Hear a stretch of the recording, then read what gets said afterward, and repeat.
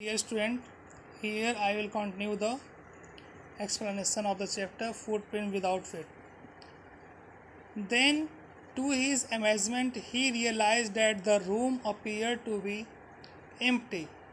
He and his wife looked under the decks and behind the curtains and even up the chimney.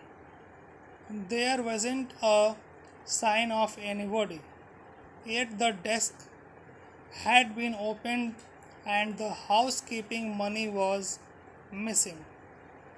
Extraordinary affair, the clergyman kept saying for the rest of the day. But it was not an extraordinary ad as the behavior of Mrs. Hall's furniture a little later that morning. The landlord and his wife were up very early and were surprised to see the scientist's door wide open. Usually it was shut and locked, and he was furious if anyone entered his room.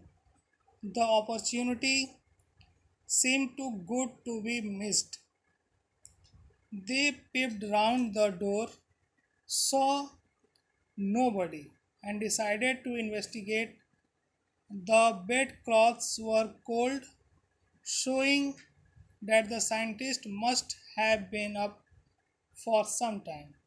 And stranger still, the clothes and bandages that he always wore were lying about the room.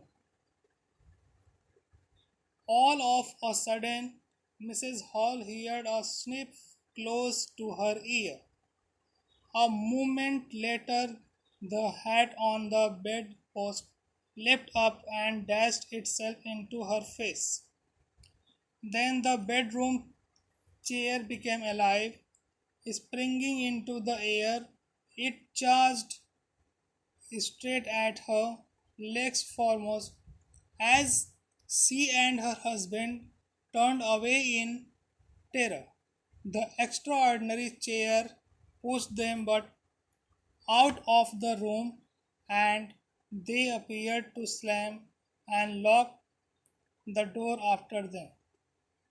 Mrs. Hall almost fell down the stairs in hysterics. She was convinced that the room was haunted by spirits and that the stranger had somehow caused these to enter into her furniture. My poor mother used to sit in that chair, she moaned, to think it should rise up against me now. Now here author want to say that the same day Mrs. Hall found Griffin's room open, with his bandages and clothes lying around. She and her husband entered the room. Suddenly, both of them were attacked by the furniture being flung at them, but they could not see who was doing this. Mrs. Hall felt that the furniture was haunted by spirit as she could not see Griffin.